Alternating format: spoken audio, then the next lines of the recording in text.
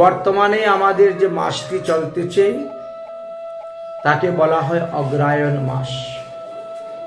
আমাদের বৈষ্ণবীয় ভাষা অনুসারে তাকে কেশব মাস বলা হয়। বর্তমানে অগ্রায়ণ মাসে শুক্লপক্ষ চলতেছে। এই শুক্লপক্ষে যে একাদশী আসতেছে তাকে মোক্ষদা একাদশী তিথি বলা হয়। এই বৎসর আগামী 14ই অগ্রায়ণ 1432 বাংলা, 1 ডিসেম্বর 2025 খ্রিস্টাব্দ সোমবার এই মোক্ষদা একাদশী ব্রত পড়েছে।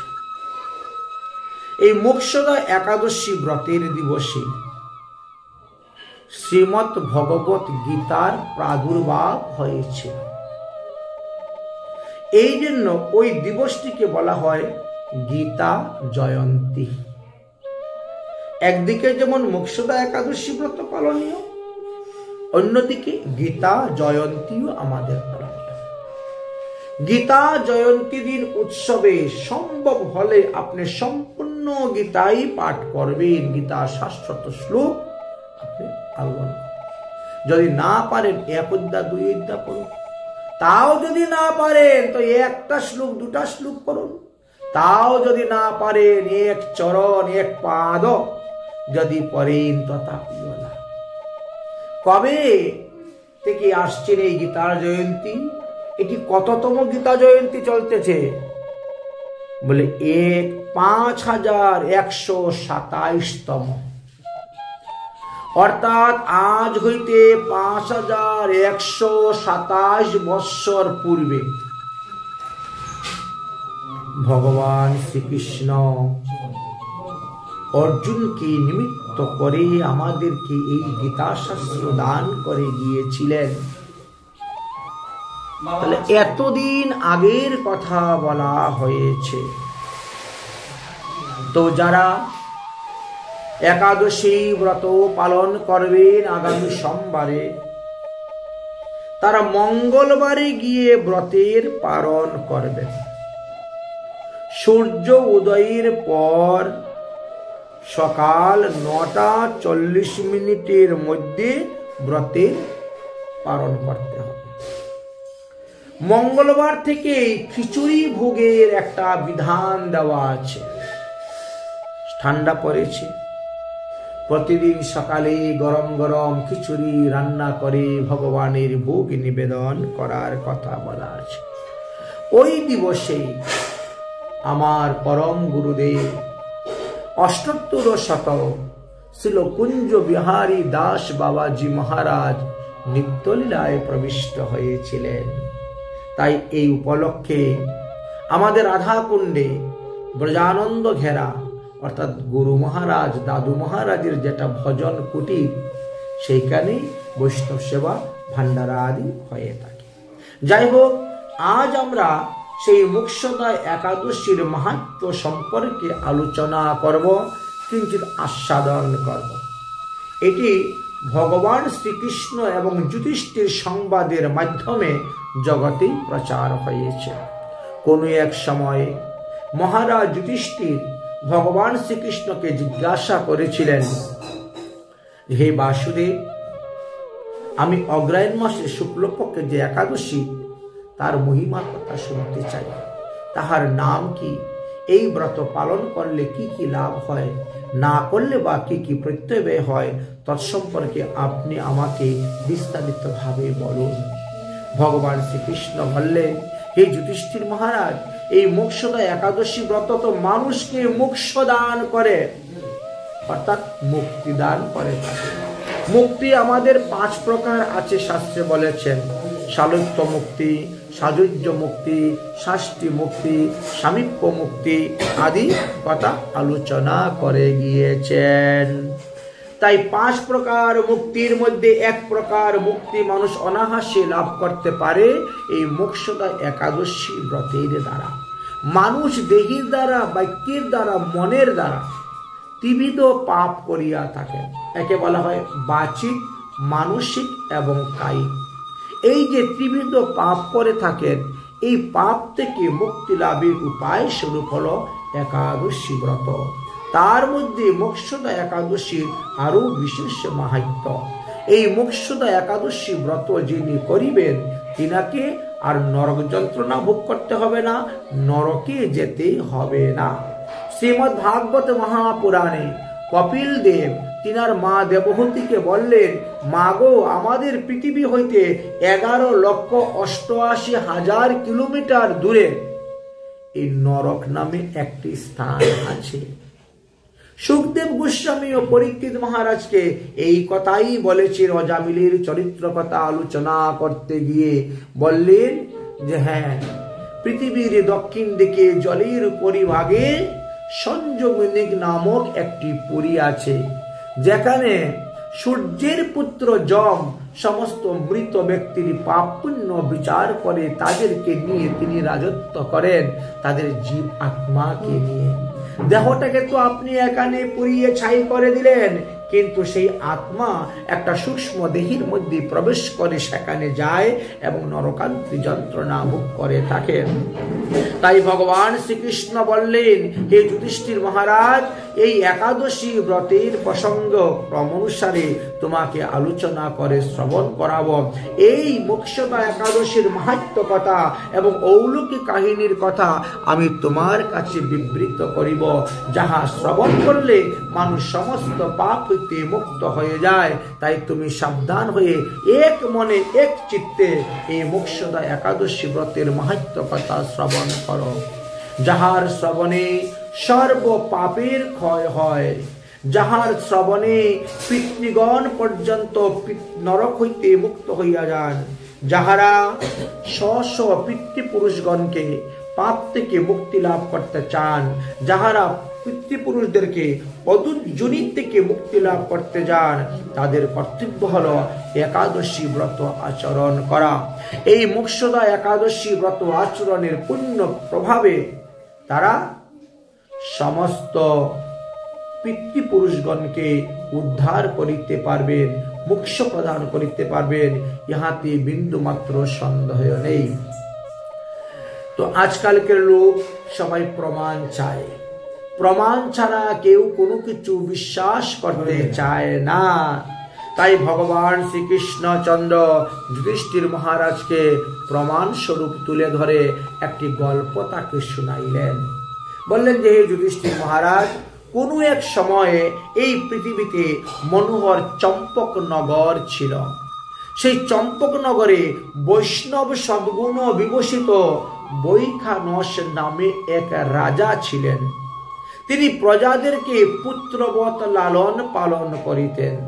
তাহার রাজ্যে বেদ বেদাঙ্গ পারঙ্গ বহু ব্রাহ্মণগণেরও বসবাস ছিল।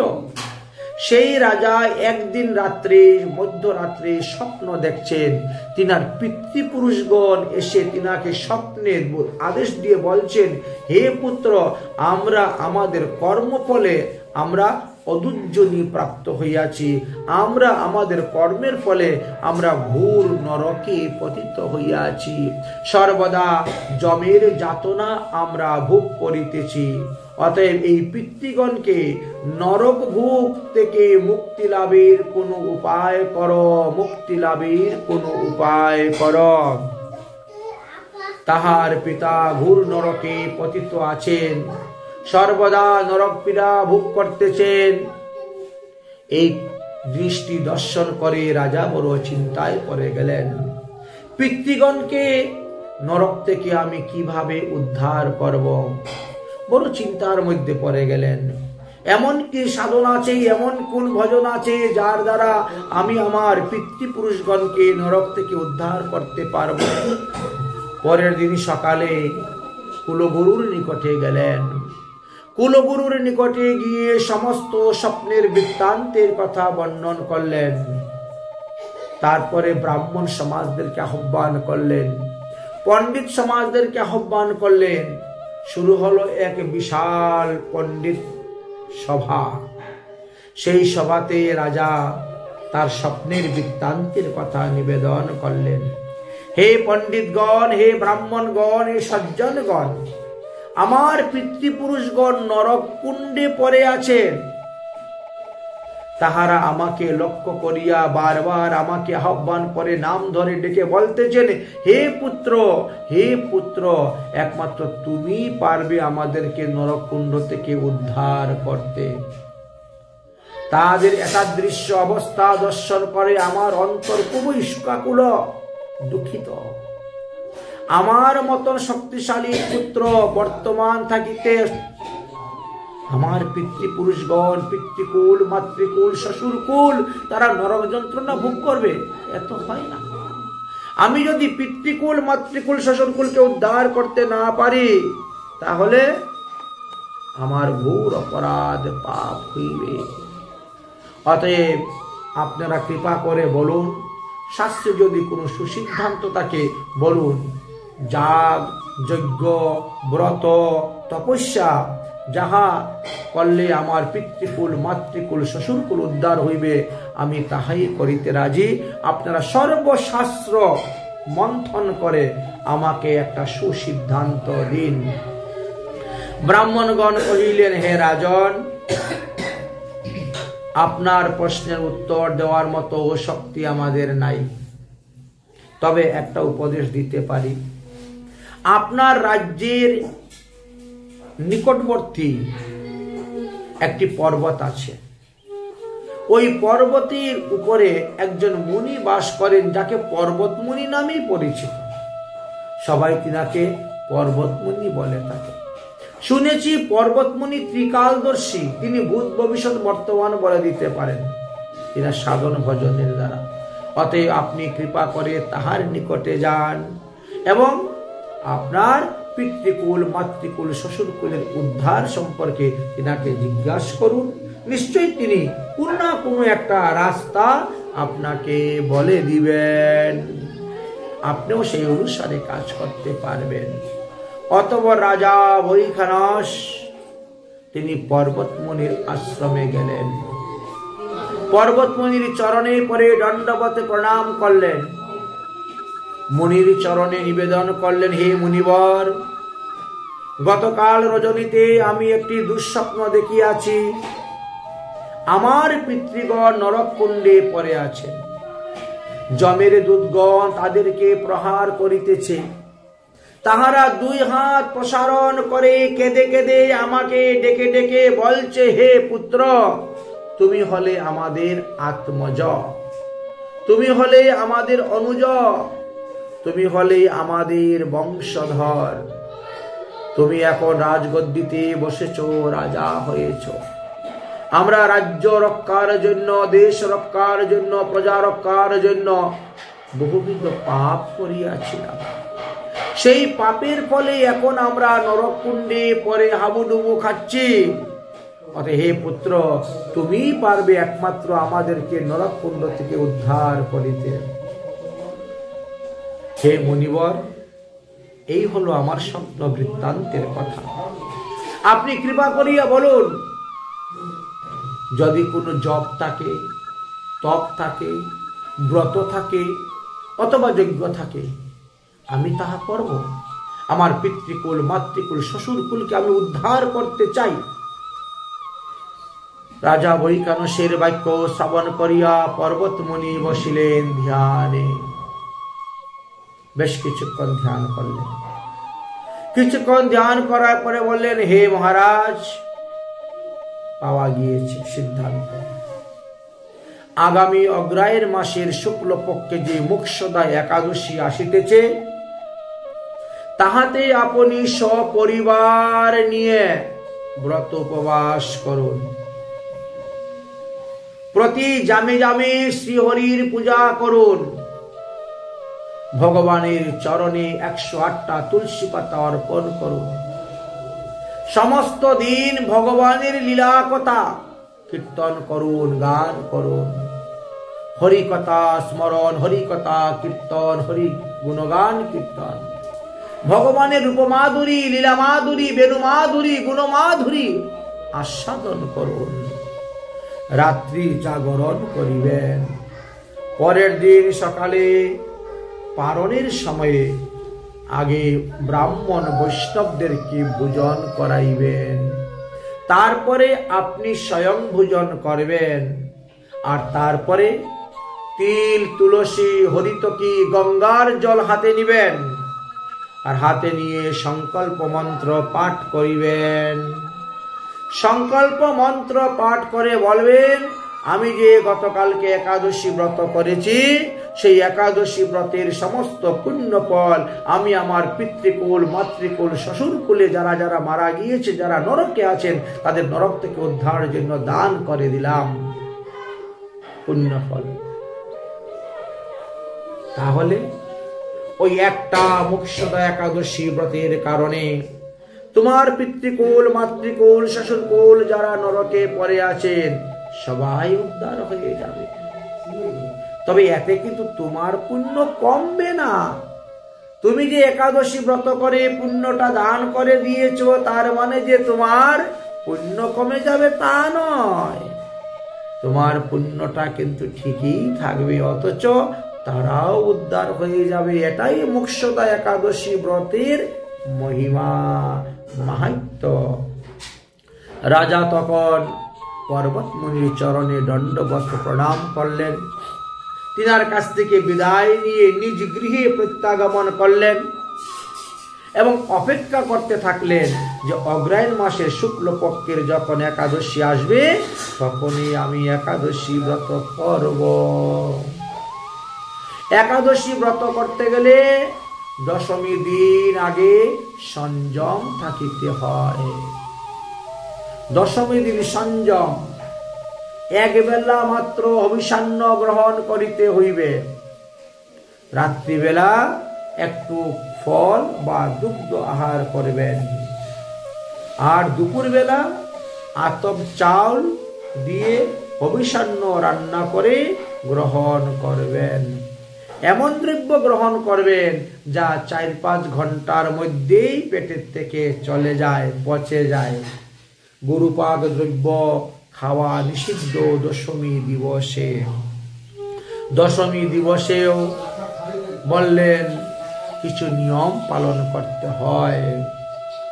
এই জন্য দশমী দিবসে খাওয়া দাওয়ার পর ভালো করে দাঁত মেজে নিতে হবে, কারণ একাদশী দিবসে দন্ত ধাবন করা নিষিদ্ধ, দাঁত মাজা যাবে না একাদশী দিন।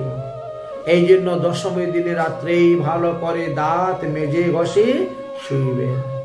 একাদশী দিবসে পান, সিগারেট, বিড়ি, গুটকা, তামাকু আদি কোনো নেশা জাতীয় দ্রব্য চলবে না। চা বলেন, কফি বলেন, এগুলোও চলবে না।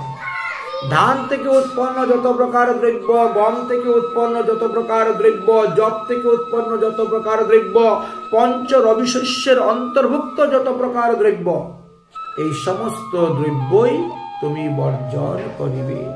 পিতৃকুল, মাতৃকুল, শ্বশুরকুল উদ্ধারের জন্য হে রাজন তুমি নির্জলা থাকিবে। যারা নির্জলা থাকতে পারে না, রোগে সুগে ভুগে জর্জরিত, তাদের জন্য বিধান দিয়েছেন আলু, কাঁচকলা, পেঁপে, সন্দুক লবণ, গুড়, মরিচ, গব্য, ঘৃত দিয়ে সবজি বানিয়ে সে পেতে পারবে। এমনকি যদি কোনো মারাত্মক রোগ হয় তা তাপীয় ঔষধ তিনি খেতে পারবেন। দুগ্ধ জাতীয় দ্রব্য খেতে পারবেন, দুধ, দই, ঘি খেতে পারবেন, ফলমূলও খেতে পারবেন। কিন্তু এতে 16 আনা ব্রতের ফল না পাওয়া গেলেও 8 আনা ব্রতের ফল পাওয়া যাইবে, কিন্তু প্রত্যয় ব্যয় হবে না, লোকসান হবে না। কিন্তু যারা একাদশী দিবসে অন্ন গ্রহণ করিবেন, যতগুলা অন্ন গ্রহণ করিবেন তত 1000 বৎসর তাদেরকে কুম্ভিপাক নরকে বাস করিতে হয়। হে রাজন, একাদশী দিবসে কখনো পাশা খেলবে না, জুয়া খেলবে না, তাস খেলবে না। একাদশী দিবসে শরীরে কখনো সর্ষের তেল মাখবে না। একাদশী দিবসে দিনের বেলা শয়ন করিবে না। একাদশী দিবসে স্ত্রী সহবাস করিবে না। একাদশী দিবসে পাপী লোকদের সঙ্গ প্রসঙ্গ করিবে না। একাদশ ইন্দ্রিয়কে সংযম রেখে তোমাকে ব্রত করিতে হইবে। আমাদের 5টা হলো জ্ঞান ইন্দ্রিয়, 5টা হলো কর্মেন্দ্রিয়, আর একটা হলো মন। এই 11টা ইন্দ্রিয়কে সংযম রেখে যদি কেউ একাদশী ব্রত করেন, তবেই তো তার একাদশী ব্রতের সার্থকতা হয়ে থাকে। আর একাদশী ব্রত সর্বদা শুদ্ধ একাদশী ব্রত করবেন, না হলে একাদশী সংযুক্ত দ্বাদশীতে ব্রত করবেন। কখনো দশমী বিদ্যা একাদশী ব্রত করিবেন না। শুধু শুদ্ধ একাদশী অথবা একাদশী সংযুক্ত দ্বাদশীতে ব্রত করে দ্বাদশীতেই পালন করিবে। আবার যদি শুদ্ধ দ্বাদশী ব্রত করা হয় বা মহাদ্বাদশী, আমাদের অষ্টমহাদ্বাদশী আছে, তাহলে তুমি ত্রয়োদশীতে গিয়ে পালন করিতে পারিবে। হে রাজন, এ দশমী একাদশী দ্বাদশী এই 3 দিনেই তোমাকে মানতে হইবে। দ্বাদশী দিন পালন করার আগ পর্যন্ত দন্ত ধাবন করা যাবে না। যদি কেউ নির্জলা থাকে তাহলে তো খুবই ভালো।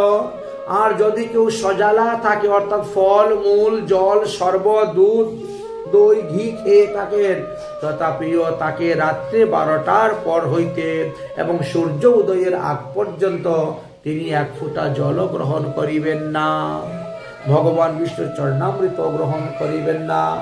কারণ যদি রাত্রে 12টার পরে সূর্যোদয়ের আগে আপনি জলপান করেন, তাহলেও আপনার জলপানের দ্বারাও ব্রত নষ্ট হয়ে যায়, পারণ নষ্ট হয়ে যায়। তাই বলছেন জলপান করতে হয় আপনি 10টার সময় করে নেন, 11টায় করে নেন, 11:30টায় করে নেন, কিন্তু 12টার পরে সূর্যোদয়ের আগ পর্যন্ত জলপান করবেন না। যতক্ষণ পর্যন্ত পঞ্জিকায় পালনের টাইম দেওয়া আছে সেই অনুসারে পালন করবেন, তার আগেও পালন করবেন না, আর তারপরেও পালন করতে যাবেন না। পালন করার আগে কখনো দন্ত ধাবন করা যাবে না। মুখ শুদ্ধের জন্য 12 বার মুখের মধ্যে জল নিয়ে কুলুকুচু করে ফেলে দিবেন, এতেই আপনার মুখ শুদ্ধ হয়ে যাবে। আচমন করার জন্য 1 মাসা পরিমাণ জল নিয়ে আপনি আচমন করবেন, তাহলে আপনার আচমনও হইবে এবং পারণও হইবে না। অতএব এই বিধি বিধান অনুসারে হে রাজন, তুমি মোক্ষদা একাদশী ব্রত পালন করো আর তোমার পিতৃপুরুষের উদ্দেশ্যে সেই পুণ্য ফল দান করো। রাজা তখন কি করলেন? সমস্ত গ্রামবাসী, সমস্ত দেশবাসী, সমস্ত পুরবাসী সবাইকে বললেন, হে প্রজাগণ, তোমরা সবাই একাদশী ব্রত পালন করো আমার সঙ্গে, তাহলে তোমাদেরও মঙ্গল হবে, কল্যাণ হবে। তাই রাজা যথাযথ বিধান অনুসারে মোক্ষদা একাদশী ব্রত স্বয়ং পালন করলেন এবং প্রজাদেরকেও পালন করার আদেশ করলেন। তার পরের দিন ব্রাহ্মণ বৈষ্ণব সেবা দিয়ে ব্রতের পুণ্য ফল পিতৃগণের উদ্দেশ্যে তিনি দান করলেন। ওই পুণ্য দানের সঙ্গে সঙ্গে দেখেন আকাশ মার্গে দিয়ে পুষ্প বিমান যাচ্ছে, আর তারা বিমান হইতে পুষ্প বর্ষণ করে রাজাকে বলছেন, হে রাজা বৈখানস, তোমার কৃপাতে আমরা নরক থেকে উদ্ধার হয়ে এখন বৈকুণ্ঠে চলে যাচ্ছি, বৈকুণ্ঠে চলে যাচ্ছি। পিতৃপুরুষগণ, মাতৃপুরুষগণ, শ্বশুর কুলের গণ যারা যারা নরকে ছিলেন সবাই দিব্য বিমানের মধ্যে বসে আর রাজা বৈখানসকে পুষ্প বৃষ্টি করে তারা সবাই চলে গেলেন। এদিকে ভগবান শ্রীকৃষ্ণচন্দ্র বলছেন, হে মহারাজ যুধিষ্ঠির, এই প্রকারে মোক্ষদা একাদশী ব্রতের মাহাত্ম্য কথা বর্ণন করে গিয়েছেন। যেই ব্যক্তি এই মোক্ষদা একাদশী ব্রত পালন করবেন তিনি সর্বপাপ হইতে মুক্ত হইবেন। তিনি মৃত্যুর পর মোক্ষ লাভ করে পরম ধামে গমন করিবেন। এই যে ব্রত কথা আমরা আলোচনা করলাম, পাঠ করলাম, ইহা যাহারা শ্রবণ করবেন, যাহারা কীর্তন করবেন, তাহারা বাজপেয় যজ্ঞের ফল লাভ করিতে পারিবেন। এইভাবে এই মোক্ষদা একাদশী ব্রতের মাহাত্ম্য কথা বর্ণন করে গিয়েছেন। আমরা অতি সংক্ষেপে এই মোক্ষদা একাদশী ব্রতের কথা আলোচনা করলাম। আর পূর্ব থেকে যদি লোক এই ব্রতের মাহাত্ম্য না জানে, না শুনে, তাহলে ব্রতের প্রতি তার নিষ্ঠা আসে না। আজকালকার লোক তো সব জিনিসের মধ্যে লাভ চায়। আপনি যদি বলেন এই একাদশী ব্রত কর, বলবে একাদশী ব্রত করলে কি লাভ হইবে, সে কিন্তু আগেই বলবে আপনাকে একাদশী ব্রত করলে কি লাভ হইবে, বুঝেছেন? তো লাভের কথাটা আপনাকে বলতে হবে, তারপরে তার ব্রতে করার নিষ্ঠা আসবে। ধর্মের কথা, পুণ্যের কথা বলতে গেলে লোকে আগে জিজ্ঞেস করে যে এই ব্রত করলে আমার কি লাভ হইবে।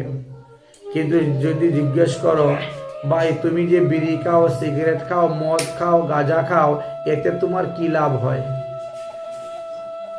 কোনো উত্তর দিতে পারবে? হ্যাঁ, যেগুলা খাওয়ার পরে দেহের ক্ষতি, সেগুলা তুমি নির্বিচারে খেয়ে যাচ্ছ। আর যদি তোমাকে ধর্ম কর্মের কথা হয়, একাদশী আদির ব্রত কথা বলা হয়, তাহলে তুমি বলো একাদশী ব্রত করলে আমার কি লাভ হইবে। এই জন্যই লাভের কথা আগে বর্ণন করে গেলেন শাস্ত্রে। এই যে মাহাত্ম্য কথা মানে লাভ। গীতা পাঠ দেখবেন, গীতা পাঠের পরে মাহাত্ম্য দেওয়া আছে। গীতা পাঠ করলে পরে আপনার কি কি লাভ হইবে সেটা জানবে লোকে, তারপরে লোভে পরে সে পাঠ করবে। হরিনাম সংকীর্তন করলে কি লাভ হইবে, হরিনাম জপ করলে পরে কি লাভ হইবে, ভগবানের প্রসাদ খেলে পরে কি লাভ হইবে, মালা তিলক ধারণ করলে কি লাভ হইবে, ভগবানের সেবা পূজা করলে কি লাভ হইবে, বিষ্ণু মন্ত্রে দীক্ষা গ্রহণ করলে কি লাভ হইবে, সব জায়গায় তো মাহাত্ম্য দেওয়া আছে, সব জায়গায় তো মহিমা দেওয়া আছে। কিন্তু কোনটাই কিন্তু মিথ্যা নয় যে লোককে প্রলোভন দেওয়ার জন্য এগুলা লেখা আছে, তা নয়। এগুলা ধ্রুব সত্য। যারা একাদশী ব্রত করেছেন তারা এই একাদশীর বল প্রাপ্ত হয়েছেন এবং তারা ভোগ করেছেন। কিন্তু আমাদের আজকালকার লোক তো সঙ্গে সঙ্গে ফল চায়। হ্যাঁ, বলে তুলসী গাছে জল দিলে কবে কি হইবে, হ্যাঁ, পালক শাকে জল দিলে নিত্য শাক খাইবে। আপনি যদি একটু পালকের দানা ফেলেন, একটু করে গাছ উঠলো, জল দিলেই ফটাফট বাড়ে যাবে। ডেইলি শাক নিয়ে আসো, বানাও, খাও। তুলসী গাছে ডেইলি জল দিলে কিছু দেখা যায় না, কিছু হয় না। মানুষ চায় সঙ্গে সঙ্গে ফল পাওয়া, কিন্তু সবকিছুর ফল তো আর সঙ্গে সঙ্গে পাওয়া যায় না। কিছু কিছু ফল আছে আপনি ইহ জগতে ভোগ করবেন, আর কিছু কিছু ফল আছে পর জগতে ভোগ করবেন, পরকালে ভোগ করবেন। তাই ইহকালে যদি কেউ সুখ পেতে চায়, পরকালে যদি কেউ সুখ পেতে চায়, শান্তি পেতে চায়, তাহলে তাকে ধর্মপথে চলতে হবে। এটাই তো মহাজনের বাণী। তাই মহাজন বলছেন ধর্ম পথে থাকি সবাই জীবন যাপন করো ভাই, ধর্ম পথে থাকি সবাই জীবন যাপন করো, ধর্ম পথে থাকি সবাই জীবন যাপন করো ভাই, ধর্ম পথে থাকি